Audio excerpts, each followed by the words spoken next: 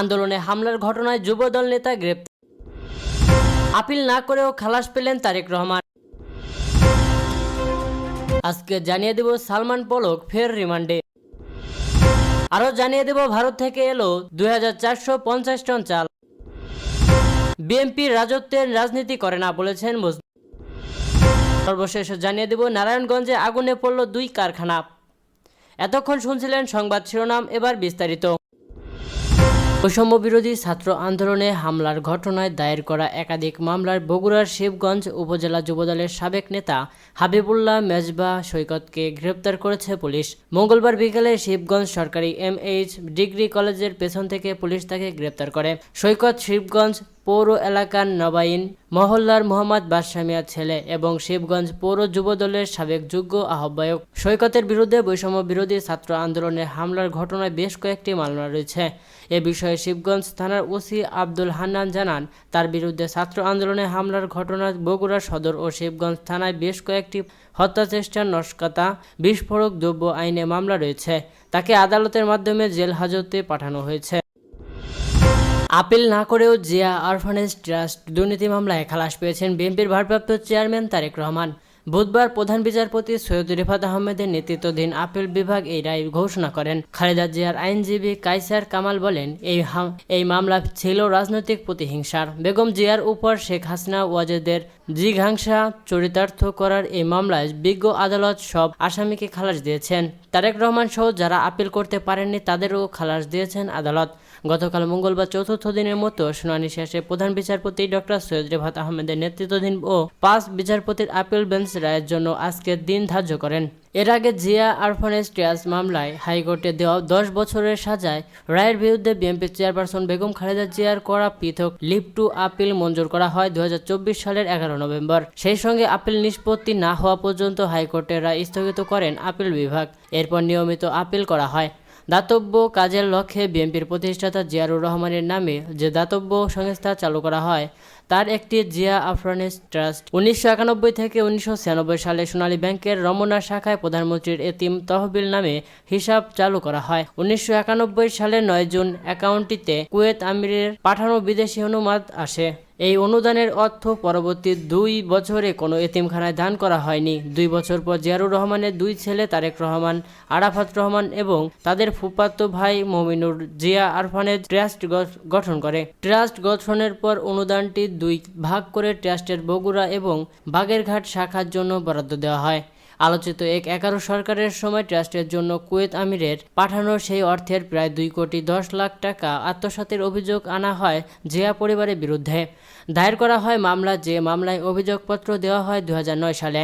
সে বছর থেকে 2014 সাল পর্যন্ত মামলার কার্যক্রম উচ্চ আদালতের নির্দেশে স্থগিত থাকলেও পরবর্তীতে গতি পায় আবারও।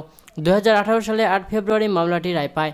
পুরান ঢাকায় আলিয়া মাদ্রাসায় 632 পৃষ্ঠায় রায়ে ঢাকার বিশেষ জজ আদালতের বিচারক আখতারুজ্জামান বিএনপির চেয়ারপারসন খালেদা জিয়ার 5 বছরের সশ্রম কারাদণ্ড দেন। পরবর্তীতে হাইকোর্টে গিয়ে সেই সাজা হয়ে যায় 10 বছর। এরপর জিয়া অরফানেজ ট্রাস্ট মামলায় কারাগার যেতে হয় বিএনপির নেত্রী খালেদা জিয়াকে। বৈষম্য বিরোধী ছাত্র আন্দোলন চলাকালে ঢাকা কলেজের শিক্ষার্থী মোহাম্মদ শামীমকে হত্যাচেষ্টা মামলায় শেখ হাসিনা সরকারের সাবেক বেসরকারি শিল্প ও বিনিয়োগ বিষয়ক উপদেষ্টা সালমান এফ রহমান ও সাবেক আইসিটি প্রতিমন্ত্রী জুনায়েদ আহমেদ পলককে 4 দিনের রিমান্ড মঞ্জুর করেছেন আদালত। বুধবার সকালে Dhaka chief metropolitan magistrate M A. Azharul ইসলামের আদালত এ রিমান্ড মঞ্জুর করেন। এর আগে সালমান এফ রায়হান ও জুনায়েদ আহমেদ পলককে ঢাকায় চিফ মেট্রোপলিটন ম্যাজিস্ট্রেট আদালতে হাজির করা হয়।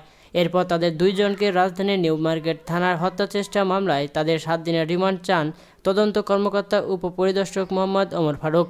এ সময় আসামি পক্ষের আইনজীবী ফারজানা ইয়াসমিন রাখি রিমান্ড বাতিল সহ জামিন চান। রাষ্ট্রপক্ষ রিমান্ডে জোর দাবি জানান। শুনানি শেষে Dhaka metropolitan magistrate M A. Azharul Islam আসামিদের 4 দিনের রিমান্ড মঞ্জুর করেন। এ মামলার সূত্রে জানা যায়, গত বছরের 16 জুলাই বৈষম্য বিরোধী ছাত্র আন্দোলন চলাকালে ঢাকা কলেজের সামনে শিক্ষার্থীরা শান্তিপূর্ণ মিছিল পালন করেন। এ সময় আওয়ামী লীগ, ছাত্রলীগ ও যুবলীগ নেতাকর্মীরা গুলিসহ হামলা চালায়। এতে চোখে ও নাকে রাবার বুলেটে বিদ্ধ হয় আহত হন ঢাকা কলেজের শিক্ষার্থী মোহাম্মদ শামীম। আহত হয়ে তিনি হাসপাতালে চিকিৎসা নেন। এ ঘটনায় গত 28 নভেম্বর মোহাম্মদ শামীম বাদী হয়ে নিউ মার্কেট থানায় হত্যাচেষ্টা মামলা দায়ের করেন। ভারত থেকে চাল আমদানি প্রথম চালান চুয়াডাঙ্গার দর্শনা রেলবন্দরে এসে পৌঁছেছে। মঙ্গলবার রাত 9টার দিকে ভারতের গেদে রেলবন্দর থেকে 42টি ওয়াগনে 2450 টন চাল রেলপথে দর্শনা বন্দর ওয়ার্ডে এসে পৌঁছায়। চুয়াডাঙ্গা দর্শনা বন্দর দিয়ে ভারত থেকে 2450 টন চাল আমদানি করা হয়েছে। মঙ্গলবার রাত 9:15টায় ভারতের গেদে বন্দর দিয়ে 42টি ওয়াগনে রেলপথে এ চাল দর্শনা বন্দর ওয়ার্ডে পৌঁছে।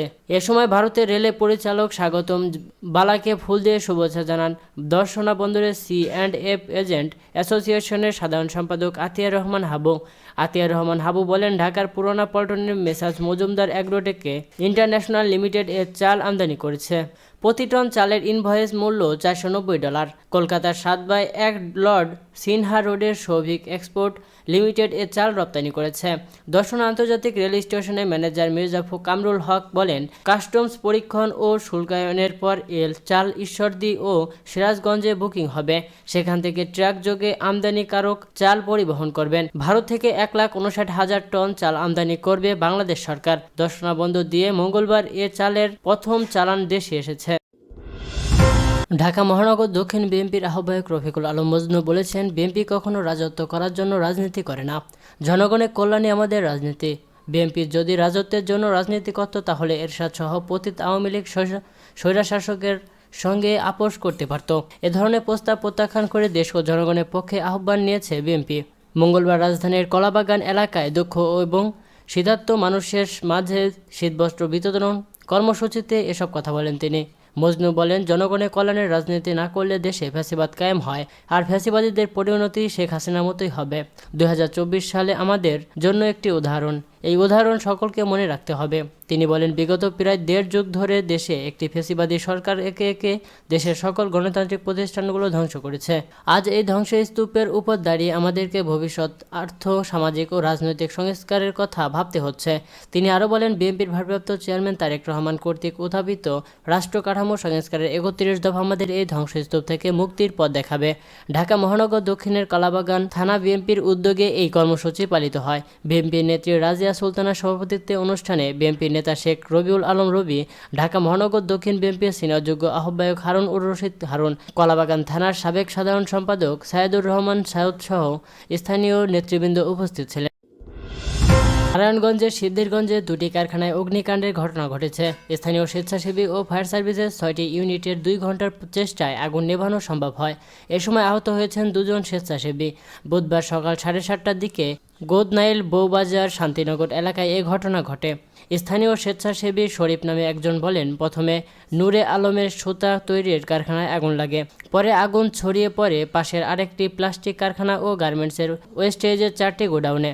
ফলে আগুনের তীব্রতা বেড়ে যায়। আগুনের 2টি কারখানা ও গোডাউনের সব মালামাল পুড়ে ছাই হয়ে যায়।